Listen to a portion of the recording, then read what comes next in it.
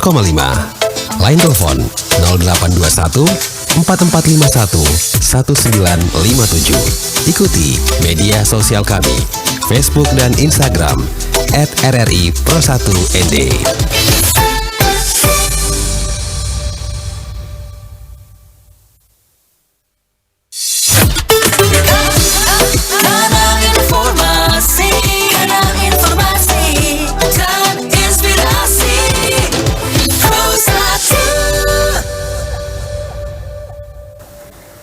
Selamat siang pendengar Pro1 RRI ND, terima kasih Anda masih terus bersama kami di Florata siang ini. Senang sekali ya kami kembali dalam program Pengarus Utamaan Gender, khususnya spesial Hari Kemerdekaan Republik Indonesia yang ke-80 tahun ya pendengar. Bagaimana gender ini kaitkan dengan kemerdekaan ya pendengar. Di siang hari ini kita sudah bersama dengan Ibu Natalia Penny, SSI MPD, sebagai dosen pendidikan kimia dari Universitas Flores. Dan tentunya kita lebih ketahui dulu ya seperti apa kemerdekaan yang memang bukan hanya dirasakan oleh sebagian orang tetapi merata untuk semua lapisan masyarakat.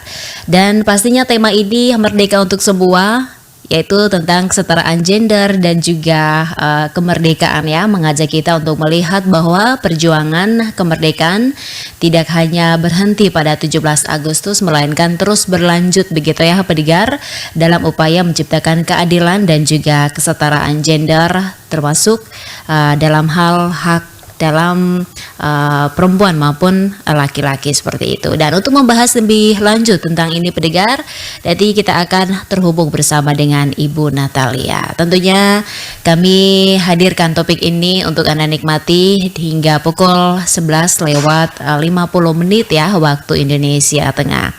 Untuk Anda yang mau bergabung boleh sekali bergabung bersama kami di line telepon ya pendengar di 0821 4451 1957 ataupun di 0821 3878 8786.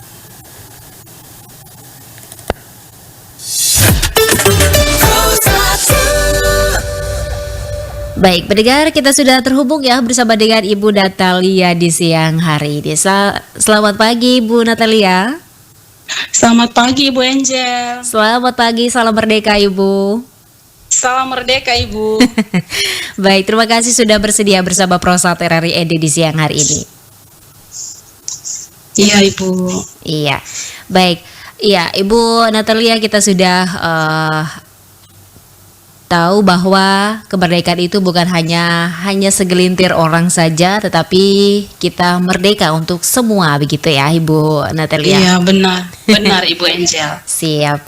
Baik, dengan topik menarik yang kita bahas di siang hari ini, bagaimana merdeka untuk semua kaitkan dengan gender begitu ya Ibu Natalia. Iya. Ya benar Ibu. Oke, nah kita ketahui dulu Ibu Natalia seperti apa gender juga kemerdekaan ini dari sisi Ibu Natalia sendiri itu seperti apa? Oke baik, berbicara tentang gender, kita berbicara tentang laki-laki dan perempuan Ibu. Tetapi perlu kita ketahui bahwa dalam mengisi kemerdekaan, berbicara tentang gender berarti perempuan itu perlu memiliki kebebasan secara individu. Kebebasan itu dilihat dari bagaimana perempuan itu harus mandiri. Kemandirian sebagai perempuan ada ketika perempuan itu memiliki pendidikan yang berkualitas.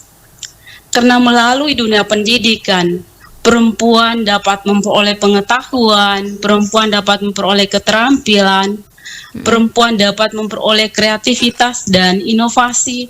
Perempuan tahu bahwa ada hak-hak perempuan yang perlu diperjuangkan.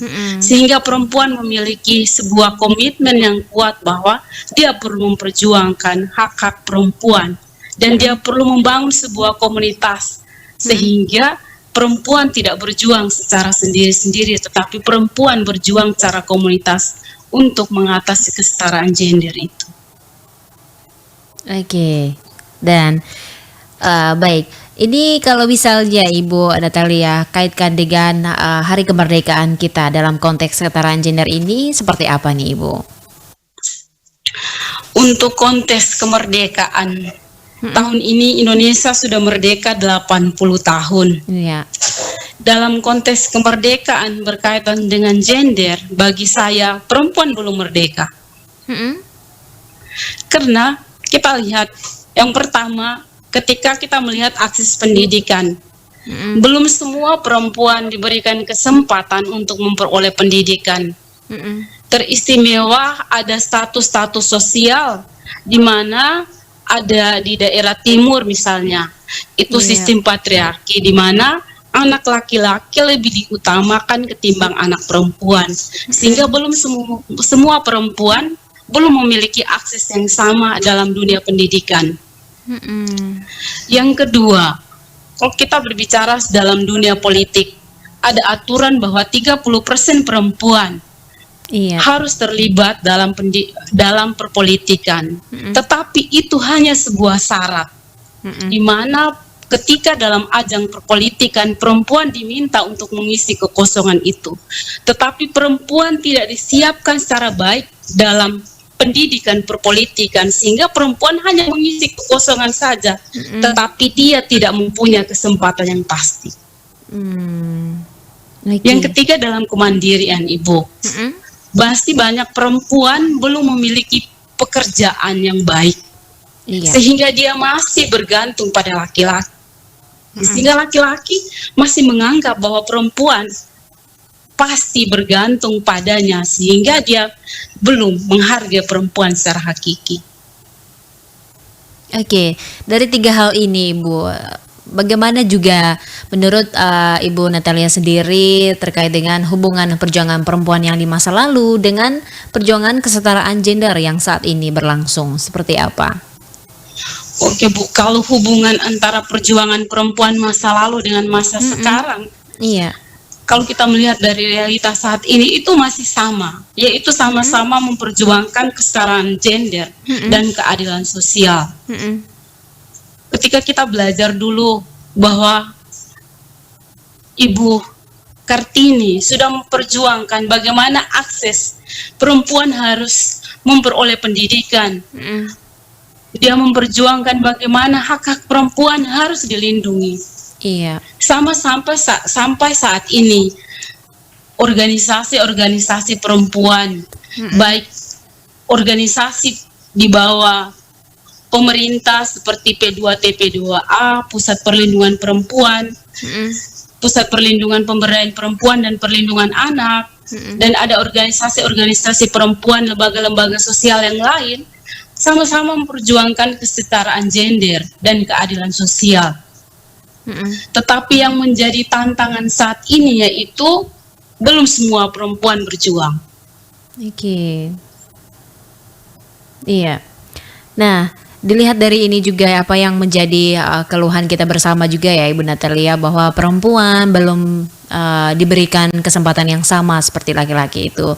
Nah, menurut Ibu juga nih, apakah memang sudah benar-benar merdeka dalam hal kesempatan yang setara dengan laki-laki maupun perempuan, baik di dunia pendidikan, pekerjaan maupun di sisi lain di ruang publik, itu seperti apa nih Ibu? Kalau menurut saya, Ibu, untuk kemerdekaan dari sisi perempuan belum merdeka seperti saya katakan di awal tadi, Ibu, ya. Contoh di ruang publik. Kalau kita lihat di dunia politik seperti saya katakan tadi, syaratnya dalam ajang perpolitikan 30% kursi harus diisi oleh perempuan, tapi kenyataannya tidak, Ibu. Kita lihat contohnya tadi ND, anggota DPR yang perempuan hanya 2 orang kan, Ibu?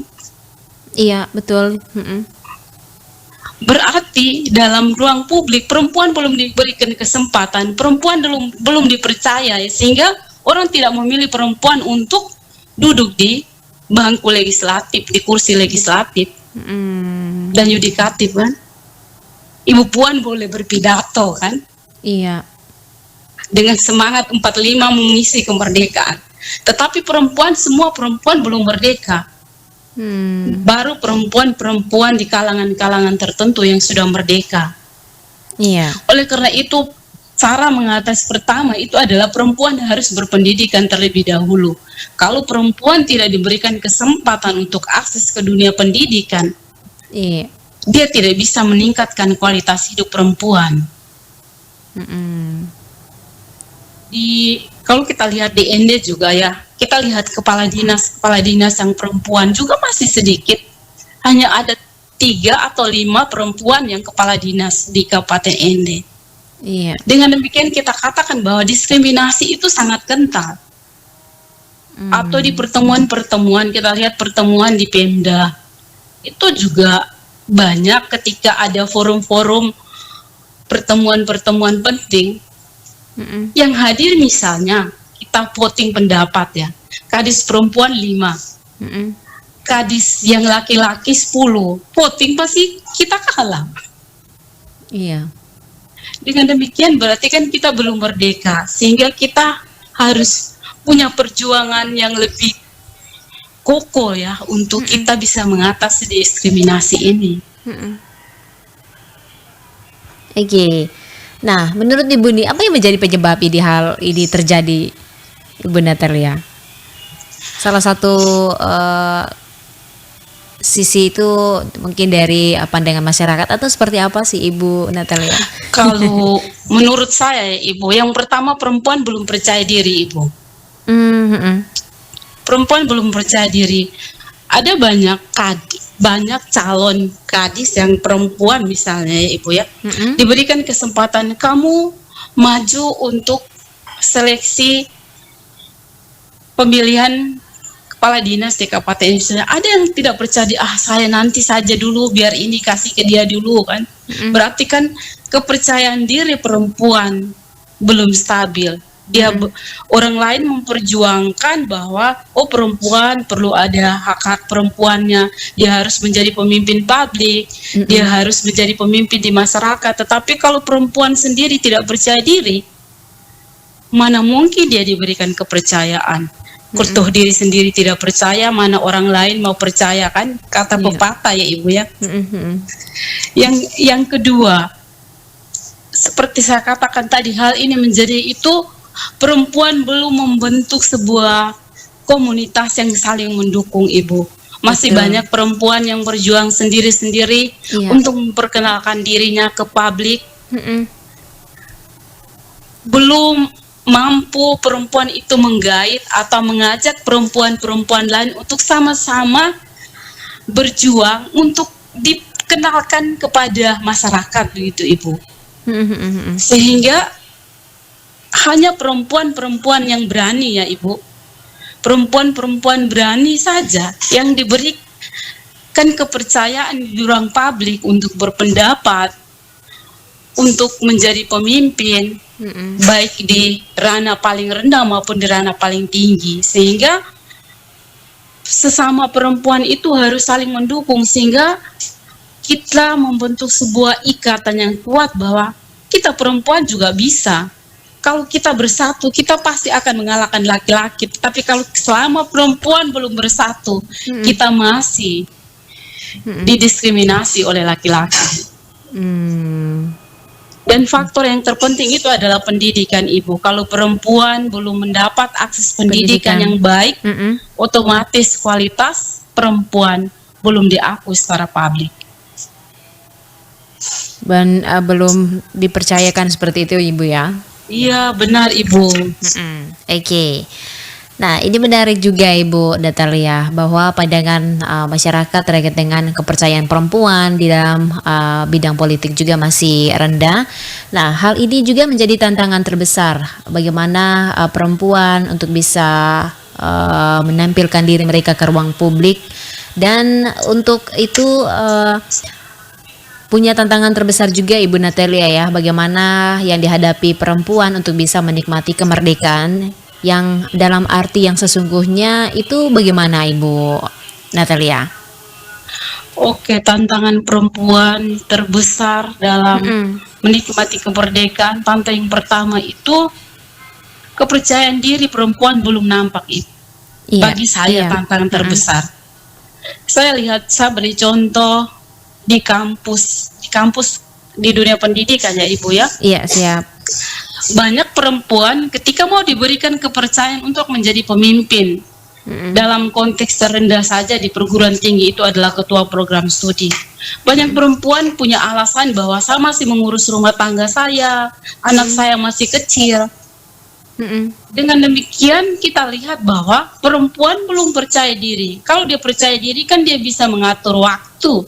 Oh, waktu ini saya sisihkan untuk urusan rumah tangga saya, waktu ini saya usahakan untuk kepentingan publik kan. Tetapi kalau selama dia belum percaya diri dan dia belum bebas secara mandiri, bebas secara individu dari dalam dirinya, tidak bisa Ibu. Itu menjadi tantangan terbesar. Karena kita mengajak orang lain untuk merdeka, tetapi diri kita sendiri tidak merdeka. Bagaimana kita memerdekakan orang lain sementara diri kita sendiri tidak merdeka? Sehingga saya kalau di kampus atau di pertemuan-pertemuan forum-forum perempuan, saya katakan bahwa sebagai perempuan kita harus mandiri, kita tidak boleh bergantung pada laki-laki. Kita sudah berpendidikan, kita harus mandiri, dan kita harus berani mengungkapkan pendapat bahwa kita bisa. Kalau selama kita masih merasa bahwa oh saya tidak bisa, dari sisi waktu saya tidak bisa membagi waktu karena saya punya rumah tangga dan seterusnya, kapan kita diberikan kesempatan? Kata pepatah, kesempatan tidak diberi untuk dua kali. Sehingga kalau kesempatan itu diberi, sebagai perempuan saya harus memanfaatkan kesempatan itu secara maksimal. Sehingga dalam pengaturan waktu, saya harus mengatur waktu bagaimana saya mengurus rumah tangga dan bagaimana saya mengurus dunia kampus atau dunia publik. Oke. Dan ini juga hal yang perlu kita menjadi perubahan begitu ya Ibu Natalia, ya di mana pandangan kita untuk perempuan dan juga laki-laki itu harus berubah. Nah, untuk pendengar juga ya, mungkin ada hal yang mau disampaikan atau komentar Anda mengenai bagaimana pandangan atau juga kaitkan kemerdekaan dengan gender ini, boleh bergabung bersama kami di siang hari ini. Tentunya di nomor 082144511957 ataupun meninggalkan komentar begitu ya pendengar di 082138788786. Iya, Ibu Natalia, kita hadirkan dulu ya satu buah nomor lagu untuk kita nikmati di siang hari ini. Tetap bersama juga Ibu ya di Florata Siang ini, dan kami akan kembali dengan program ataupun dengan sesi-sesi berikutnya. Terima kasih untuk Anda yang selalu setia bersama kami ya pendengar. Kita hadirkan dulu satu buah nomor lagu untuk Anda. Nusantara adalah sebutan lain untuk Indonesia. Kata Nusantara berasal dari bahasa Sanskerta Nusa dan Antara. Nusa artinya pulau dan Antara artinya luar. Dulu, Nusantara digunakan untuk menyebut pulau-pulau di luar Majapahit. Sebutan ini diucapkan pertama kali oleh Patih Gajah Mada dalam Sumpah Palapa saat diangkat menjadi Patih Amangkubumi Kerajaan Majapahit di tahun 1336 Masehi. Setelah itu, kata Nusantara dipopulerkan kembali di tahun 1920-an oleh Douwe Dekker atau lebih dikenal dengan nama Dr. Setiabudi yang mengubah makna Nusantara menjadi lebih nasionalis.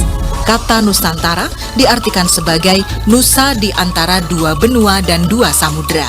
Sampai sekarang, sebutan Nusantara ini masih tetap dipakai untuk menyebutkan wilayah kepulauan Indonesia.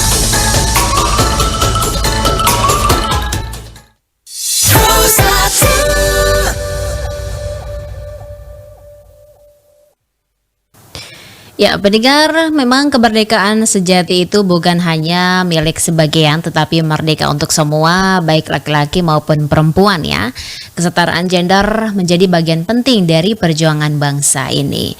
Ya, kita masih bersama dengan Ibu Natalia di siang hari ini ya pendengar, dalam program Pengarus Utamaan Gender, Merdeka untuk Semua. Bagaimana kaitkan ya dengan gender. Baik, selamat siang Ibu Natalia. Selamat siang Ibu Angel. Siap, baik. Terima kasih Ibu tetap bersama kita di siang hari ini. Oke, nah selain itu juga Ibu, bagaimana tadi bahwa perempuan ini masih ada hambatan ya atau tantangan tersendiri karena salah satunya tidak percaya diri dan juga belum ada komunitas sendiri juga dalam hal diberikan ruang ya di mana perempuan bisa mengaktualisasikan diri mereka dengan publik seperti itu. Dan selain itu juga nih Ibu Natalia, apa yang menjadi perempuan atau bagaimana memastikan bahwa kemerdekaan ini bukan hanya milik perempuan dan laki-laki saja, tetapi menjangkau kelompok rentan seperti perempuan dengan disabilitas atau anak perempuan maupun perempuan yang memang berada di daerah terpencil. Itu seperti apa nih Ibu Natalia? Oke, baik, untuk kesetaraan gender tidak hanya untuk laki-laki dan perempuan, tapi untuk perempuan rentan, disabilitas, maupun perempuan daerah terpencil ya, Bu, ya. Iya, betul. Kalau menurut saya untuk saat ini tuh sudah diupayakan agar nilai-nilai kemerdekaan itu harus dimiliki oleh orang-orang disabilitas, perempuan-perempuan rentan baik di daerah dan di daerah-daerah terpencil.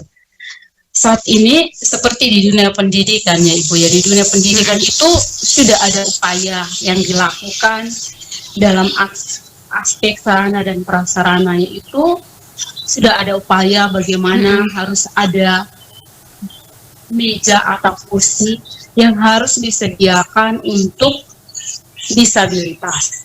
Itu sudah ada poin yang diatur oleh pemerintah yang mengatur seperti itu. Jadi perguruan tinggi, sekolah dasar dan menengah itu wajib menyediakan fasilitas untuk perempuan rentan ataupun disabilitas yang ada.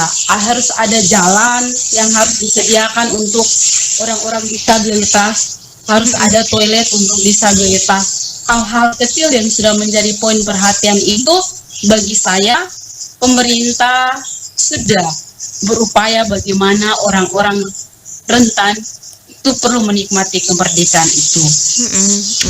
Selanjutnya itu sudah ada program perhatian dalam konteks ekonomi bagi disabilitas dan perempuan-perempuan rentan, itu sudah ada pelatihan, peningkatan kapasitas disabilitas.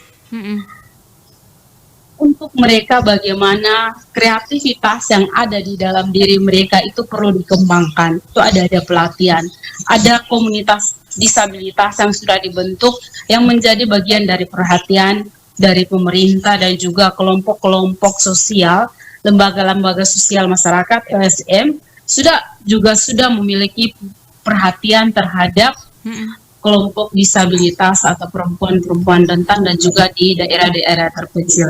Kalau kita lihat di daerah-daerah terpencil saat ini, misalnya di Indonesia ya Ibu ya, banyak sekali dana desa yang sudah digulir ke desa-desa. Ada beberapa desa di Kabupaten ND yang kami ikuti itu ada dana yang disediakan untuk perempuan rentan dan disabilitas. Itu sudah ada disediakan oleh pemerintah desa untuk meningkatkan kapasitas daripada disabilitas dan perempuan-perempuan di daerah terpencil yang rentan itu sudah ada. Tetapi yang menjadi permasalahan saat ini adalah upaya keberlanjutan dari habisnya program itu yang belum berjalan. Sehingga sehabis program ya habis. Hal yang menjadi mendasar adalah setelah pelaksanaan program, evaluasi itu tidak dilaksanakan, sehingga kita belum tahu bahwa keberhasilan dari sebuah program itu benar-benar ada. Sehingga yang menjadi masalah itu adalah evaluasi itu tidak dijalankan, sehingga keberlanjutan itu tidak berjalan secara maksimal. Tetapi perhatian pemerintah maupun lembaga-lembaga sosial kemasyarakatan terhadap disabilitas dan perempuan-perempuan rentan maupun perempuan-perempuan di daerah terpencil itu sudah ada. Kita lihat di akses pendidikan di daerah-daerah terpencil itu sudah ada. Pemerintah sudah ada undang-undang di dunia pendidikan, misalnya itu setiap desa harus memiliki PAUD yang dikelola dari dana desa, itu sudah ada. Hal ini menandakan bahwa sudah ada perhatian terhadap daerah-daerah terpencil terhadap kualitas pendidikan. Sudah ada kelompok-kelompok yang sudah masuk ke daerah-daerah bagaimana mereka punya perhatian terhadap perempuan. Kita lihat di Larantuka ada kelompok namanya Duanyam. itu dia memperhatikan bagaimana peningkatan kualitas hidup perempuan, bagaimana mereka mengangkat kembali kearifan lokal dalam menganyam itu dengan menggunakan produk-produk lokal untuk meningkatkan kualitas hidup perempuan dalam sisi ekonomi, sehingga perempuan itu mandiri secara ekonomi dan mandiri secara finansial, sehingga dia tidak bergantung 100% dari laki-laki. Ini contoh nyata seperti itu ya Ibu Natalia. Ya. Oke. Nah, menariknya juga nih Ibu, sebagai seorang pendidik dalam hal ini, sejauh mana pendidikan dapat menjadi jalan untuk membebaskan perempuan dari diskriminasi dan juga ketidaksetaraan gender yang mungkin selama ini sudah menjadi perhatian begitu Ibu? Untuk dunia pendidikannya Ibu ya, bagi saya Ibu, dunia pendidikan saat ini sudah memperhatikan kesetaraan gender, di mana kalau di dunia perguruan tinggi ya, di dunia perguruan tinggi itu kita ada tri pengabdian pada masyarakat, itu ada tema khusus itu tentang perlindungan perempuan dan pemberdayaan perempuan, itu ada. Iya. Dengan demikian dikatakan bahwa dunia pendidikan sudah masuk untuk bagaimana dia memperjuangkan hak-hak perempuan. Oke. Di dunia pendidikan itu juga sudah ada pendidikan yang mengarahkan untuk meningkatkan kualitas hidup perempuan. Kita lihat sekarang jumlah anak perempuan sudah mulai banyak yang sekolah.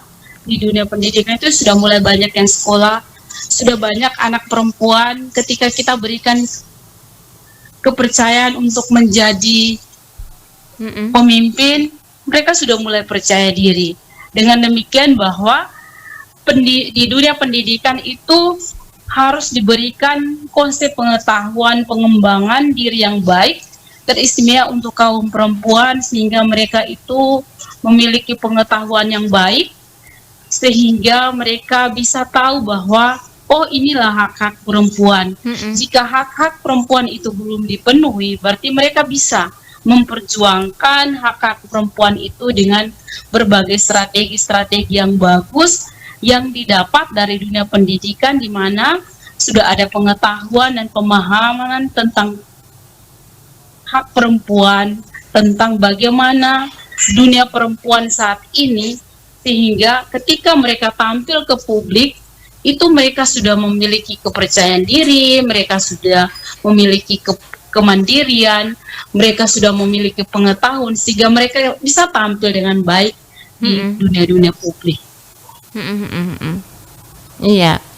Dan pastinya dalam dunia pendidikan ini lebih khusus begitu ya Ibu ya, bagaimana perempuan dan laki-laki harus diberikan ruang yang sama terhadap pendidikan. Nah, di sisi terakhir nih Bu ya, bagaimana harapan nih atau pesan-pesan yang harus disampaikan bagi generasi muda, khususnya perempuan, dalam hal ini mengisi kemerdekaan Republik Indonesia yang ke-80 tahun?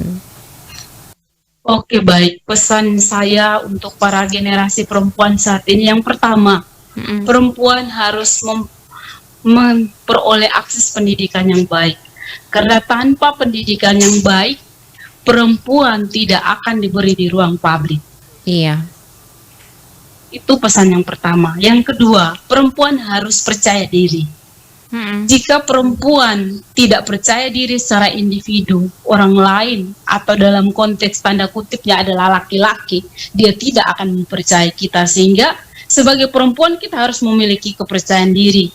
Kepercayaan diri itu harus dimulai dari diri sendiri, yang didukung oleh pengetahuan yang baik, didukung oleh pengembangan diri yang dilakukan secara terus-menerus. Yang ketiga, yaitu perempuan harus memiliki kemandirian, dengan catatan bahwa kemandirian dalam konteks finansial atau kemandirian dalam konteks ekonomi. Karena saat ini kita lihat ada penjualan perempuan ya, atau perdagangan manusia. Perdagangan manusia itu lebih banyak yang diperdagangkan adalah perempuan. Ada kekerasan di dalam rumah tangga. Itu juga berdampak dari kehidupan sehari-hari dalam konteks ekonomi yang lebih banyak. Yang berikut adalah kebebasan berpendapat. Perempuan harus berani berpendapat. Kalau jika perempuan tidak berani berpendapat, laki-laki akan menganggap bahwa laki-laki lebih bisa. Sehingga perempuan harus berani berpendapat, baik di ruang kecil, di dalam rumah tangga maupun di ruang publik. Sehingga laki-laki tahu bahwa perempuan punya kapasitas. Yang keempat, perempuan harus saling mendukung. Jangan perempuan saling menginjak. Perempuan harus saling mendukung, harus saling merangkul sehingga kita punya satu kekuatan bahwa kita perempuan bisa. Selama perempuan masih berjuang sendiri-sendiri, saya yakin dan saya percaya diskriminasi akan tetap melanda negeri ini. Demikian Ibu dari saya. Baik, sempurna sekali Ibu Natalia, dan pastinya ini harapan kita bersama bagaimana kita diberi ruang yang sama, apalagi untuk Indonesia ya Ibu yang sudah berusia 80 tahun ke depannya kita diberi ruang yang sama antara perempuan dan laki-laki, dan apapun bentuknya Ibu ya, baik dalam sisi pendidikan, terus dalam hal politik ataupun di bidang yang lain ya. Terima kasih ya Ibu Natalia atas informasi yang kami terima di siang hari ini, dan juga luar biasa sekali apa yang menjadi motivasi ya untuk kita perempuan tetap menjadikan perempuan yang berkreasi dan juga memberikan nilai yang positif begitu ya Ibu bagi sesama maupun diri sendiri kita. Baik, terima kasih Ibu Natalia atas kesempatannya di siang hari ini. Terima kasih, sama-sama Ibu Angel. Terima kasih Ibu, selamat siang, salam dari Durian ke Unflor begitu. Oke. Baik. Salam juga dari Unflor ke Durian. Baik. Iya, terima kasih Ibu. Selamat siang, selamat beraktivitas kembali di siang hari ini. Terima kasih, sama-sama Ibu. Baik Ibu, salam sukses selalu. Iya, selamat siang. Baik pendengar, terima kasih ya untuk Anda yang sudah bersama kami di siang hari ini dalam program Pengarus Utama Gender, yang dimana kita diberikan ruang ya terkait dengan merdeka untuk semua dan juga merdeka dan gender seperti itu ya pendengar. Apa yang sudah kita terima dengan topik menarik di siang hari ini bersama dengan Ibu Natalia Pedi di siang hari ini yang sudah bersama dengan kita pendengar. Semoga informasi ini juga menjadi edukasi ya dan juga inspirasi untuk kita bersama. Tetap bersama kami di Florata siang ini pendengar hingga pukul 14.30 waktu Indonesia Tengah.